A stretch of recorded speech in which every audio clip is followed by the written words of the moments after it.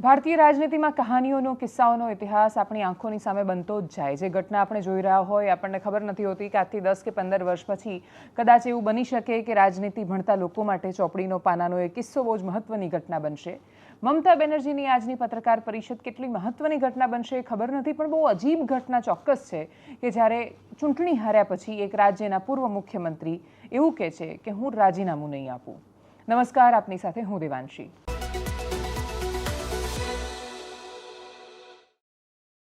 મમતા બેનર્જી આજે કહી રહ્યા છે સંવૈધાનિક રીતે તો શક્ય નથી કે કોઈ પણ પ્રકારે હવે કશું પણ કરે પશ્ચિમ બંગાળમાં એમની સરકાર રહી શકે. એ શક્ય નથી. એ ચૂંટણી હાર્યા છે એ તથ્ય છે. એ તથ્ય હવે એ કેટલી સરળતાથી સ્વીકારી શકે છે અને એ તથ્ય સ્વીકાર્યા પછી જો એમને એવું લાગે છે કે એમની સાથે ષડયંત્ર થયું તો એમાં એ બંધારણીય રીતે શું કરે છે એના પર બધાની નજર રહેશે. જો બધા જ વિપક્ષો આવીને એકસાથે એવું કહેતા હોય કે ચૂંટણી પંચની ભારતીય જનતા પાર્ટી અમારી સાથે ષડયંત્ર કરી રહ્યા છે, 41% જેને વોટ શેર મળતો હોય, બાકીના બધા પણ રાજ્યોમાં આખા દેશમાં વિપક્ષનો વોટ શેર એ 50%ની નજીકનો હોય છે. અને એટલે જ આટલા બધા વોટ શેરવાળા પક્ષોને તમે સંપૂર્ણપણે ન સાંભળો, એમનું અસ્તિત્વ જ ન રહેવા દો અને આવીને એવું કહે કે આ બધો જ જાદુ થઈ ગયો ને એટલે માની લો, બધો અલગ વિષય છે. પણ મહત્વની વાત એ છે કે શું એ બંધારણીય રીતે થઈ રહ્યું છે?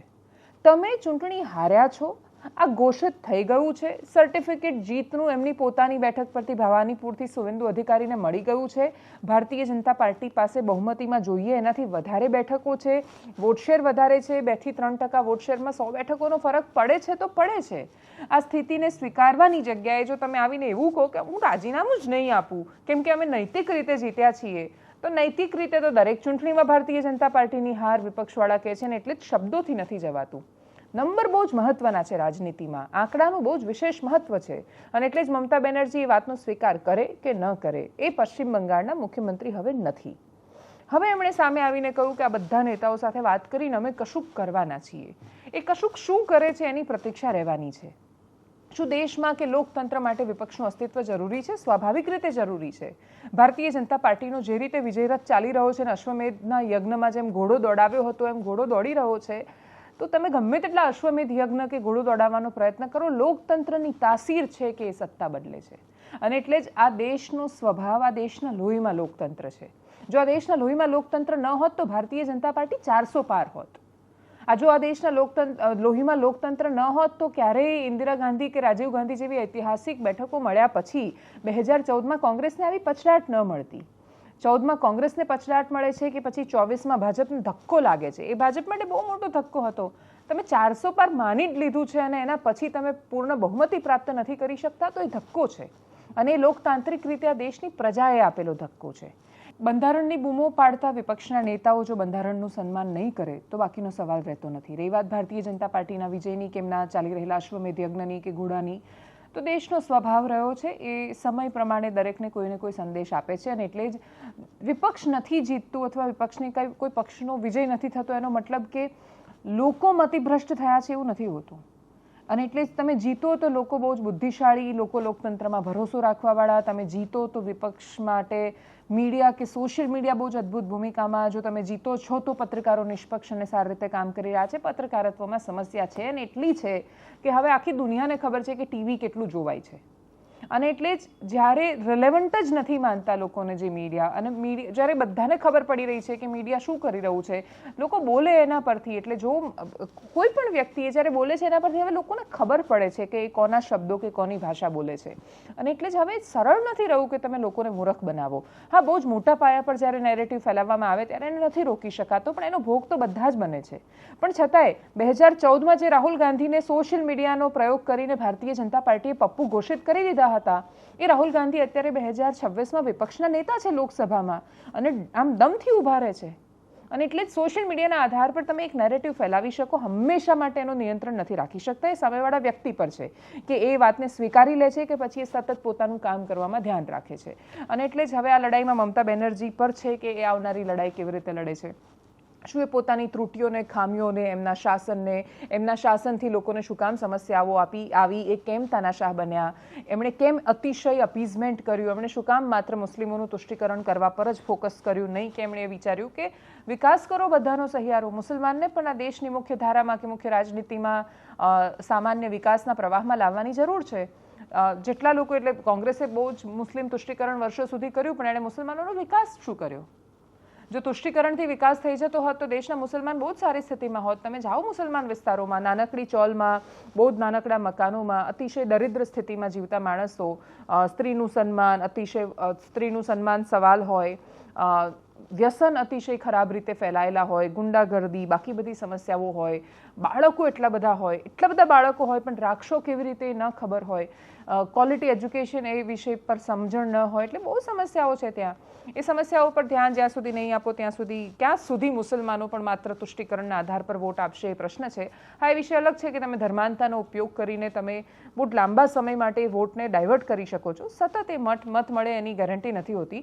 ભારતીય જનતા પાર્ટી જેવી મુસલમાનને ટિકિટ આપવાની શરૂઆત કરે છે, મુસલમાન ત્યાં ડાયવર્ટ થઈ જાય છે. સવાલ બહુ જ સરળ છે.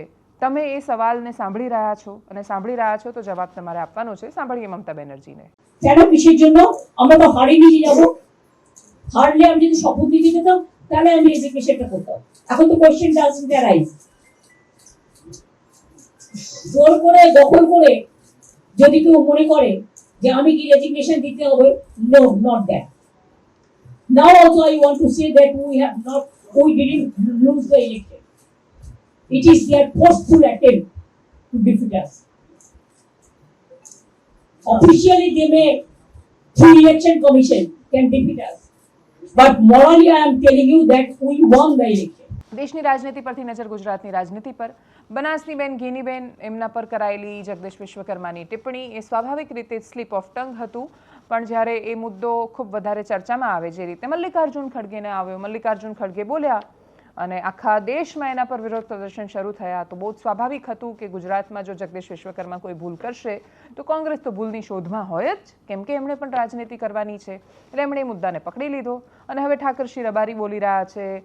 બનાસની બેનના મુદ્દે બહેનો વિરોધ પ્રદર્શન કરવા ગઈ, જગદીશ વિશ્વકર્માના ફોટો પર થપ્પડ મારવાનો અને ચપ્પલ મારવાનો એ પ્રકારનો કાર્યક્રમ આપ્યો એમણે. એ કાર્યક્રમ દરમિયાન પોલીસ સાથે ઝપાઝપી અને સંઘર્ષ થઈ ગયો અને પછી એ સંઘર્ષ થાય ત્યારે ઘણીવાર નિયંત્રણ ગુમાવી દેવાય છે. એ જીભ પરથી નિયંત્રણ જગદીશ વિશ્વકર્મા ગુમાવતા હોય કે પછી હાથમાંથી મોબાઈલ ફેંકી દેવા પર ને ખરાબ સંઘર્ષમાં પોલીસ સાથે ઉતરવામાં બનાસકાંઠાના એ મહિલા નેતાએ ગુમાવ્યું. એ બંને સ્થિતિ છે કે જે રાજનીતિમાં તમારા માટે બહુ સારી સાબિત નથી થતી અને એટલે જ હવે એ બેનની સામે ફરિયાદ કરવાની પોલીસની તૈયારી છે. સંઘર્ષ થયું, ઘર્ષણ થયું, કરીએ એના પર નજર.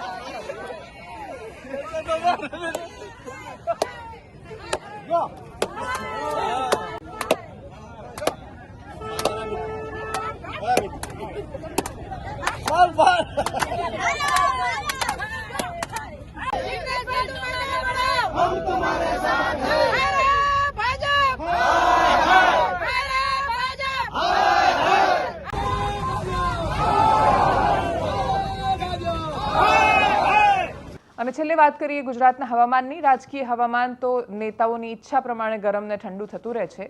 બાકીના હવામાન પર, કુદરતી હવામાન પર કુદરત સિવાય કોઈનું નિયંત્રણ નથી, માણસ જાતનું તો બિલકુલ નથી.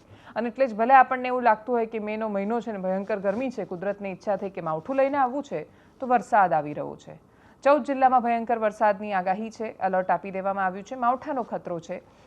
શું કહી રહ્યા છે આગાહીકાર, સાંભળીએ એમને. જ્યારે પણ સતત ઊંચું તાપમાન હોય એટલે સ્વાભાવિક રીતે લોકલ સિસ્ટમો પણ બંધાતી હોય છે, એટલે કે અતિ ગરમીને કારણે હવાઓ છે પાતળી થઈને ઉપર ઉઠે છે ને ઉપર પછી ભેજનું પ્રમાણ હોય છે એ કોઈ લોકલ નાની એવી સિસ્ટમ બને ને એ કોઈ છૂટાછવાયા વિસ્તારની અંદર હળવા સામાન્ય ઝાપટાના રૂપમાં અસર કરતી હોય. જોકે અત્યારે બે બાબત છે.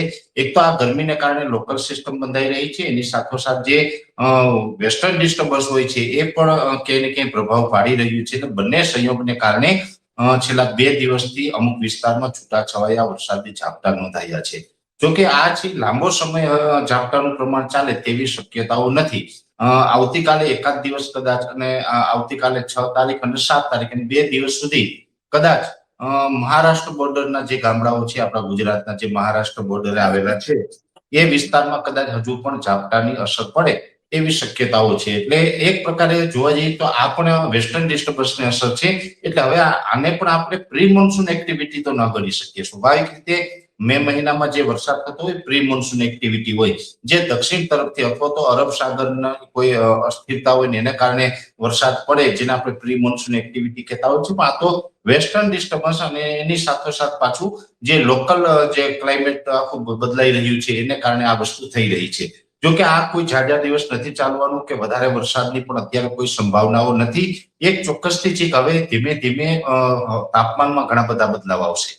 એનાલિસિસમાં અત્યારે બસ આટલું જ. જો આપ અમને યુટ્યુબ પર જોઈ રહ્યા છો તો સબસ્ક્રાઇબ કરો, ફેસબુક પર જોઈ રહ્યા છો તો ફોલો કરો, વિડીયોને શેર કરો. નમસ્કાર.